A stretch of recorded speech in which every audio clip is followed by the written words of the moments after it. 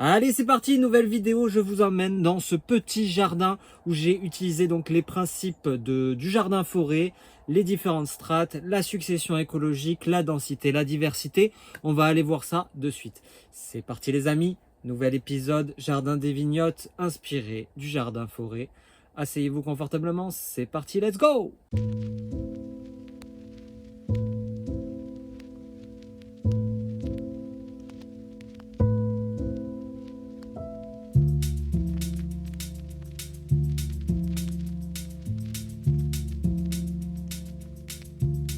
D'ailleurs, là, il y a une feuille coupée avec des petits œufs dessus. Ça serait intéressant de voir ce que ça peut être. On va avoir notre satou, souma et les fameux fruits qui arrivent. Vous voyez, ça grandit de 50 cm par jour. Hein, c'est complètement dingue. Il y a certaines personnes qui seraient complètement scandalisées par ce qu'ils sont en train de voir.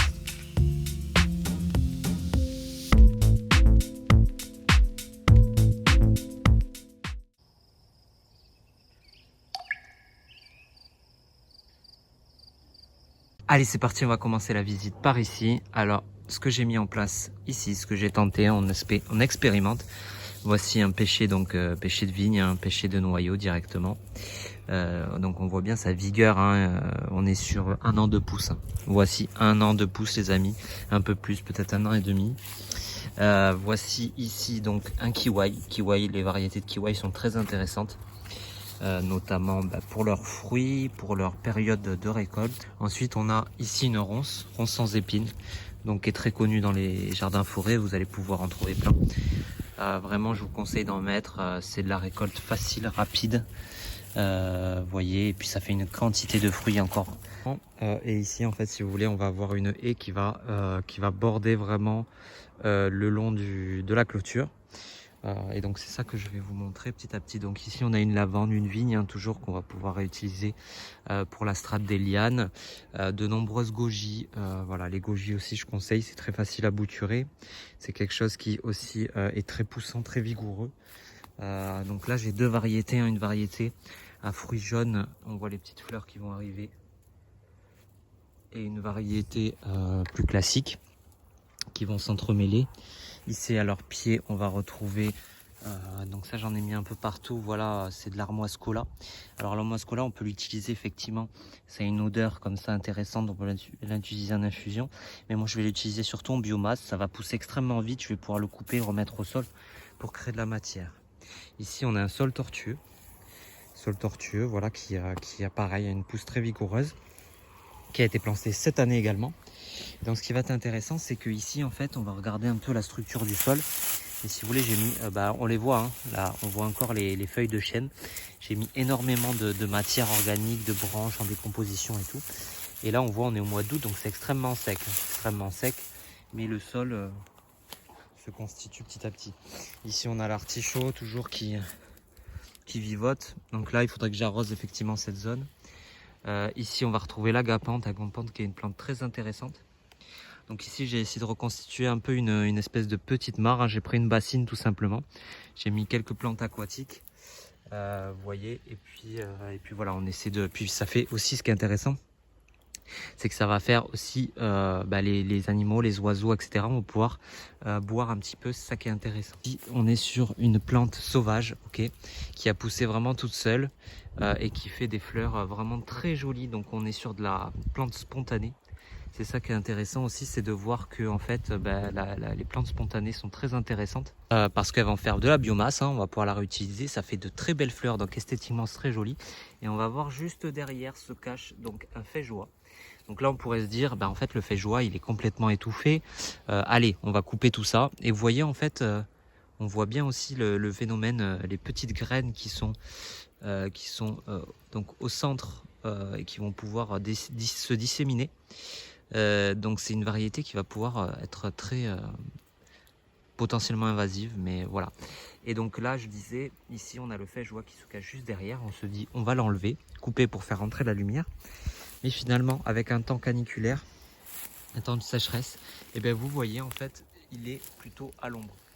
Et ça donc c'est ce qu'on recherche, hein, de l'ombre pour nos jeunes plants, pour qu'ils puissent bien pousser, donc on va les laisser. Là on a un hibiscus, donc les fleurs qui sont tout à fait comestibles, feuilles et fleurs, hein, très intéressant. D'ailleurs on va goûter. Voilà, hop, les petites fleurs. Ils sont plus en fleurs, mais je les mettrai en photo. Ici, on a de la monarde. Donc là, c'est une guilde autour de l'olivier qu'on peut retrouver. Des fraisiers, j'en ai mis un peu partout, des fraisiers au pied. Des vignes, de la vigne qui va courir petit à petit. L'idée, c'est qu'elle monte aussi au niveau de l'olivier. On a une petite lavande blanche. Là, ici, on a une petite plante spontanée que je ne sais pas ce que c'est. On va regarder. Dites-moi en commentaire si vous voyez ce que c'est. Ici, on va retrouver l'estragon du Mexique. Donc, c'est une super plante. Je suis super content. Elle a, voilà, on peut venir petit à petit. Je viens la titiller en fait pour venir favoriser donc la pousse et la vigueur de la plante. Donc voilà. Et ça me fait en même temps de la super récolte. Voilà, c'est très fort, très anisé. Ici, on retrouve une autre monarde, donc qui n'est plus en fleurs, etc., mais très intéressante. Et ce bel olivier qui a 2 ans maintenant. Vous voyez un peu la vigueur. Alors, ce que j'ai fait, c'est qu'ici, j'ai mis surélevé sur une butte.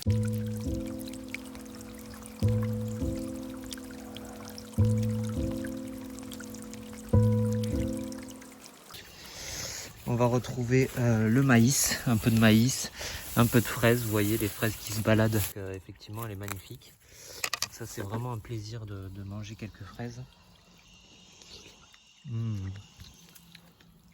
Donc, vous voyez ça, typiquement, c'est invasif. On voit que ça se propage vraiment à l'endroit où il n'y a pas de plantes, en fait, où il y a rien. Ici, ça va être du copeau de bois. Vous voyez, j'ai fait les chemins en copeaux de bois comme ça. Ça permet d'éviter d'écraser le sol et de maintenir une certaine vidicule. Si on creuse dessous, en fait, le sol est bien plus protégé, si vous voulez. Donc ça permet de faire des chemins comme ça qui sont protégés. Le liseron va se positionner et se mettre dessus. Pareil, soit on s'embête à l'enlever, soit on se dit, écoutez, on va le laisser, et puis on va voir ce que ça donne. Et puis ça va pas nous gêner, ça va faire de la jolie fleur, mine de rien. Très intéressant. Et dans cette haie, si on continue, vous voyez, on retrouve ici cette fameuse plante qu'on a vue tout à l'heure. On va retrouver un autre goyavier du Brésil, donc feijoa, qui est va être le copain, son copain. J'essaie toujours de planter ensemble, planter à 2-3 plantes similaires, 3 espèces similaires. Il m'a toujours pas fait de fleurs, mais voilà, il pousse lentement mais sûrement. Et à côté de lui, on va retrouver donc une variété de Miscanthus zebra, très intéressant pour faire en fait finalement de la biomasse, que je vais utiliser uniquement pour faire de la biomasse. Et voilà, qui va permettre de nourrir ce sol. Derrière, on va retrouver un abricot de semis qui a d'ailleurs fait des pousses exceptionnelles. Ça a été semé cet hiver, les amis. Donc vous voyez, les semis, ça marche énormément bien. On va retrouver un petit kiwi qui se fait un peu manger, mais qui est là. Petit kiwi ici. Du coup, la guilde, une autre guilde qui est plutôt sympathique, que je suis assez content d'avoir réussi. Donc vous voyez, je vais faire une première vidéo ici. Et ensuite, je vais venir faucher pour créer ma biomasse au niveau du sol. Voilà. Donc là, on a quoi? Je l'ai déjà montré en vidéo, mais en gros, on a une consoude, on a un arbousier. L'arbousier qui a explosé. Pareil, il a moins de 2 ans. Vous voyez la vigueur un peu du bordel. On a donc de la consoude au pied. Là, ça commence à être un peu chiant pour passer. Donc c'est pour ça que ça va être utile de faucher toute cette biomasse. Donc là, on peut se dire, oui, c'est beaucoup butiné et tout. Mon jardin a des fleurs de partout. Les plantes ont vraiment la place pour butiner. Et là, on retrouve un pêcher de semis, pareil, qui a moins de 2 ans. Regardez cette puissance, cette vigueur, comparé à un pêcher qu'on peut acheter en jardinerie. Donc ça, c'est quand même super intéressant de voir l'évolution. Voilà. Donc ça peut paraître très fouillis, très bordel. Mais en fait, tout est organisé. Les plantes s'entraident, les plantes cohabitent très très bien. D'ailleurs, ici, on peut voir la consoude et on peut voir à l'intérieur qu'une mélisse est là. Donc la mélisse et la consoude se mélangent très bien. Donc c'est très intéressant. On a mon amélanchier qui peine un peu. Vous voyez, qui peine un peu, qui a vraiment du mal. Donc peut-être qu'il a vraiment trop de concurrence pour le coup. C'est pour ça que je vais venir faucher. Je vais vous montrer, on va faucher, on va filmer avant-après.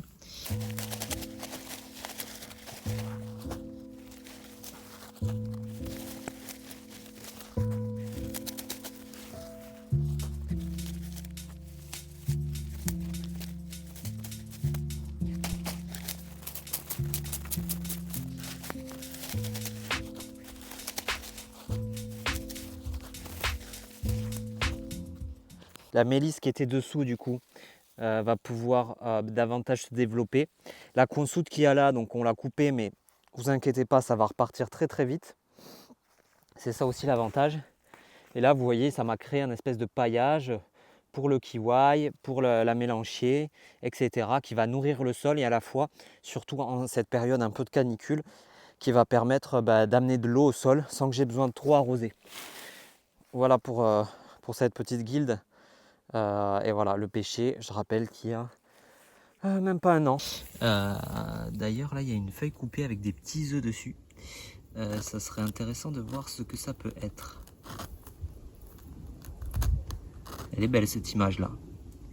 Ici on retrouve les kiwai, parce que j'ai mis beaucoup de kiwai.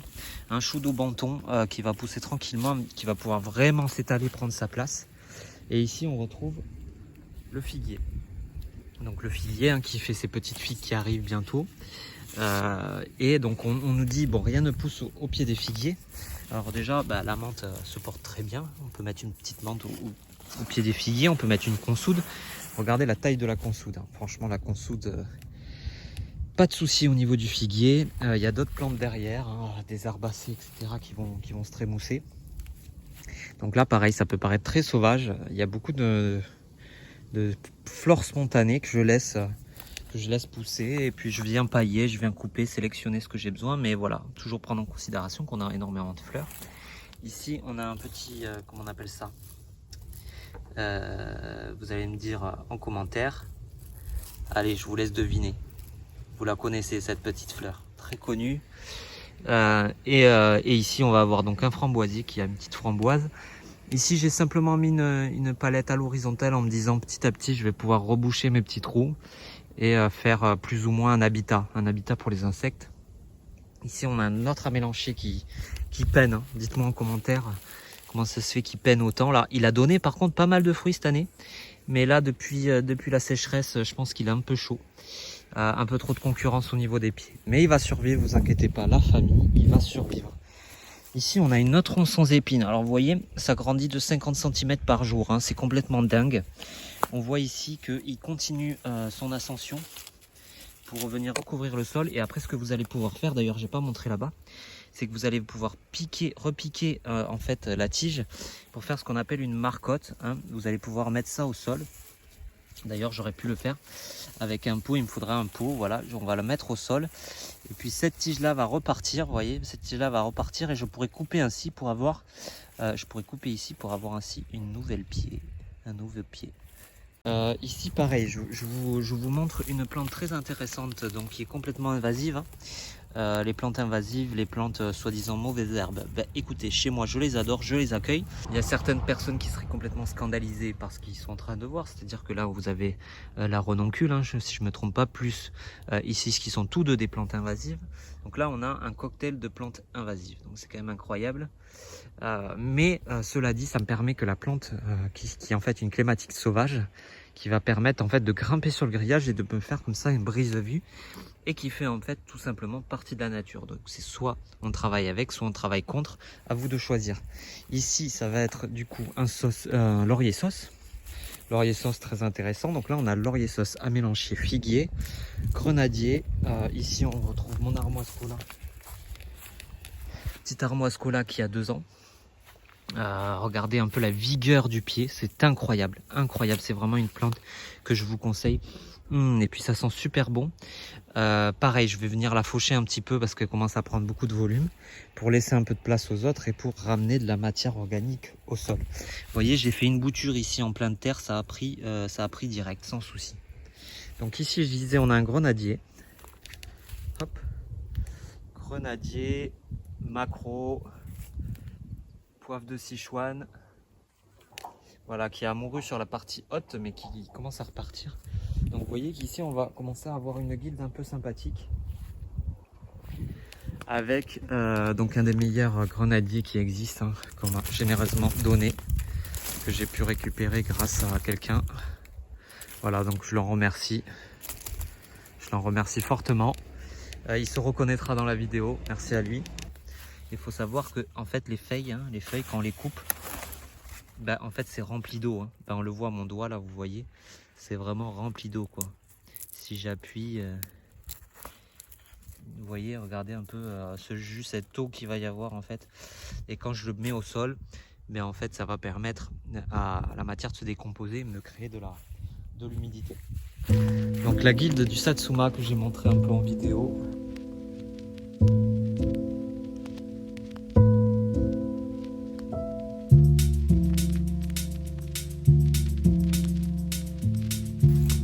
Voilà, donc la guilde du Satsuma, très intéressante.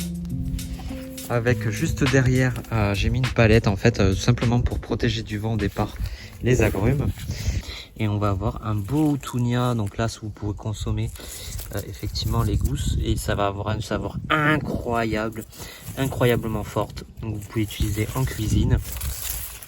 Donc elle va avoir tendance aussi à se proposer. Pareil, on pourrait se dire, bah écoutez, c'est extrêmement dense, rien ne pousse.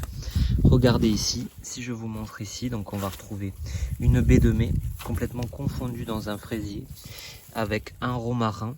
On va avoir notre satsuma et les fameux fruits qui arrivent. On va avoir cette consoude qui va exploser et on va avoir le framboisier. Regardez-moi la pousse du framboisier et comment il est beaucoup plus vert.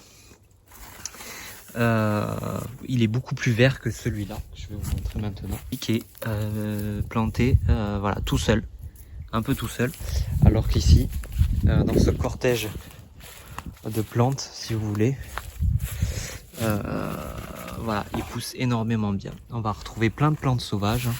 La jaune, hein, celle-ci que vous allez retrouver partout, ici, qu'on retrouve partout. Ce qui est intéressant de montrer aussi. Ici, c'est de la graminée simple, du semis de gazon. Voilà. Ça a complètement cramé en fait. Par contre, si vous regardez la fosse vipérine, elle est verte. Voyez. Ce qui va faire qu'on va avoir un gazon qui va rester quand même un peu vert. Voyez. Au lieu que ça crame et qu'on a un gazon tout moche, bah vous voyez, voilà, la vipérine elle s'installe et du coup on a un gazon qui est plutôt vert. Alors oui, effectivement pour les pieds c'est pas l'idéal, mais on a un gazon quand même qui va rester plutôt vert. Et ensuite, on va avoir une autre guilde, celle du citronnier 4 saisons.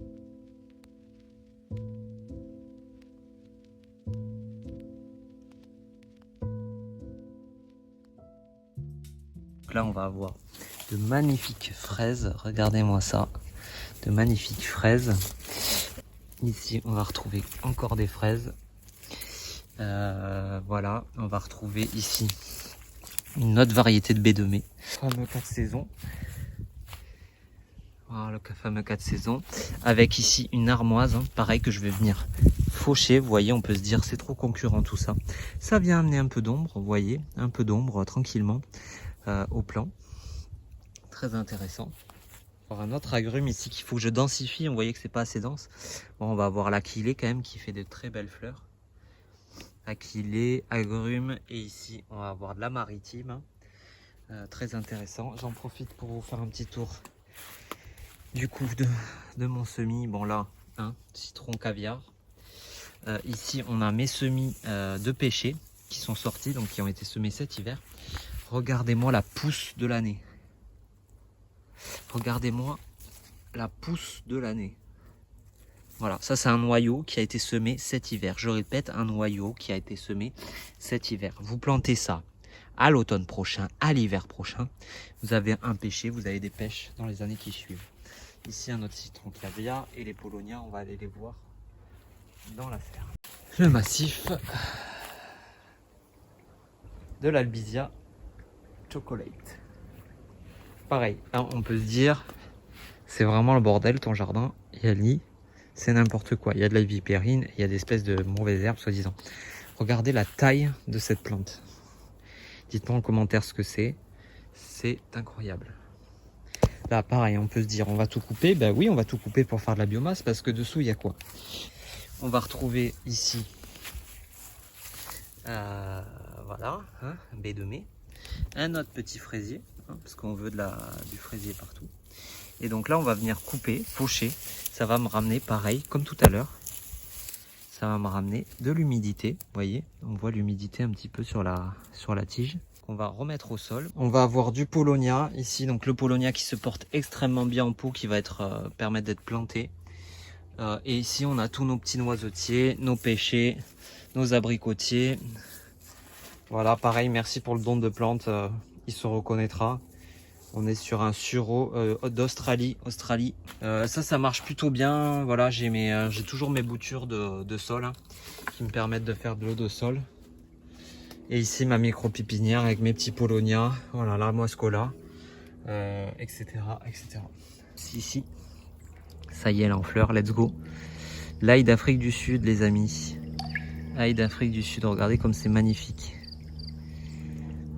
On va se quitter sur l'ail d'Afrique du Sud, une variété très intéressante. Voilà, expérimentation des principes du jardin forêt dans mon jardin.